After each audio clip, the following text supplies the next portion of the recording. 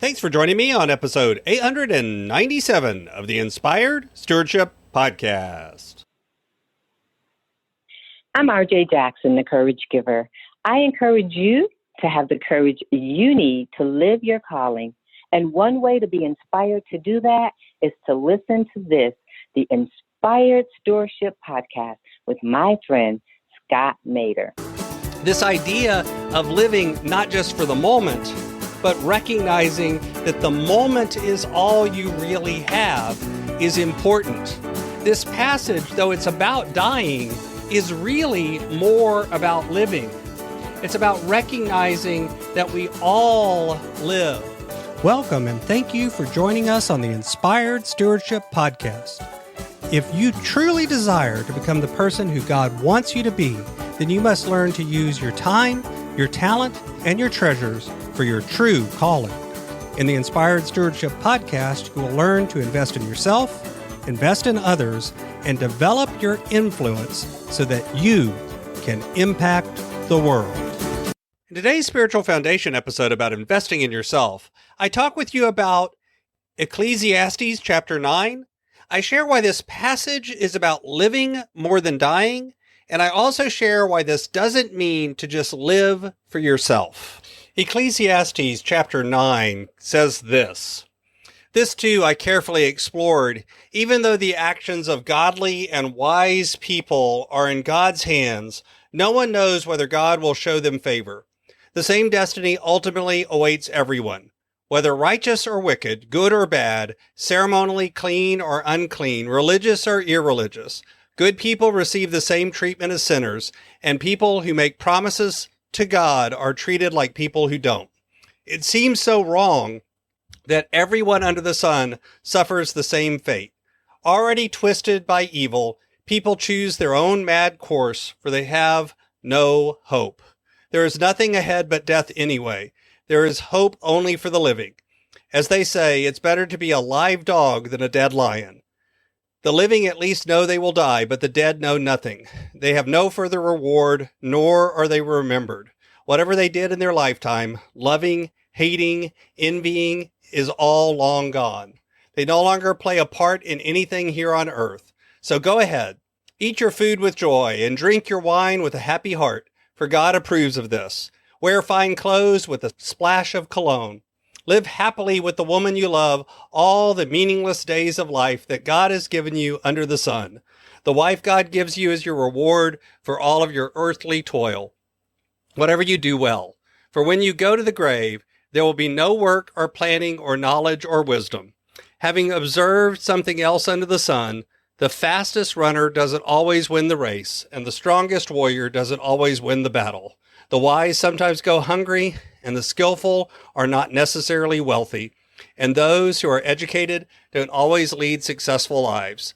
It is all decided by chance, by being in the right place at the right time. People can never predict when hard times might come. Like a fish in a net or birds in a trap, people are caught by sudden tragedy. Here is another bit of wisdom that impressed me as I've watched the way our world works. There was a small town with only a few people, and a great king came with his army and besieged it.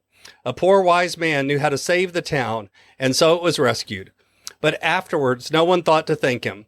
So even though wisdom is better than strength, those who are wise will be despised if they are poor.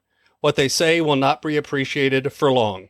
Better to hear the quiet words of a wise person than the shouts of a foolish king. Better to have wisdom than weapons of war. But one sinner can destroy much that is good. So this is one of those passages that I've read a number of times in the Bible, and it's always struck me a little odd in a way, because in a way it sounds like it's saying basically just live for the moment. All you have is what's alive in the day today, and that it's really about just doing whatever you want or being whatever you want. But that's not really what this passage is saying. This passage is really talking about the fact that when you realize that you'll never know when your moment comes, you'll never know the moment of death, and it will come for all of us, that you should actually focus on living while you're alive. You should focus on doing things that you are called to do, doing things that are in alignment with who you are and your values. You should focus on relationships and friendships and actually doing things that help you and make you happy and make others happy and serve other people. This idea of living not just for the moment, but recognizing that the moment is all you really have is important. This passage, though it's about dying, is really more about living. It's about recognizing that we all live. Good, bad, wrong, whatever it is, the moment that comes to us is not only of our own doing, that it's not only something that we earn. It comes from outside as well. It comes from our relationship with God. It comes from chance. It comes from privilege. It comes from all sorts of opportunities and the lack of them that we have.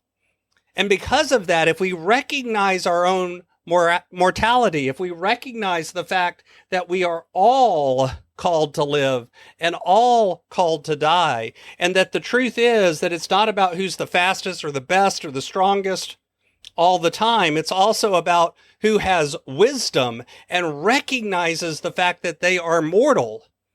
And out of that wisdom and that recognition of our own mortality, of the fact that we will die, comes the ability to live in the moment, comes the ability to recognize that the moment is all we have.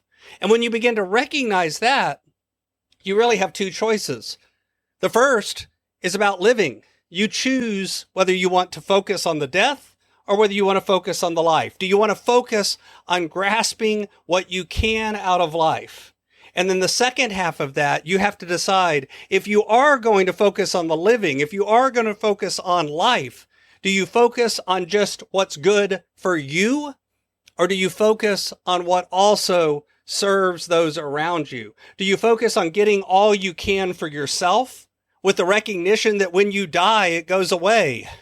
You no longer have those fine clothes. You no longer have the biggest house. At that point, it's all over and we're all the same in death. Or do you recognize that we're called to live and serve each other, to recognize that there's no way of knowing when hard times may come, but what gets you through those is the relationships you have much more than it is the stuff that you have. And if you begin to recognize that, then you begin to live for the moment, but you begin to live for the moment not just for your own stuff, not just to get what you can get, but to see what you can do to build relationship and serve others as well. Thanks for listening. Thanks so much for listening to the Inspired Stewardship podcast.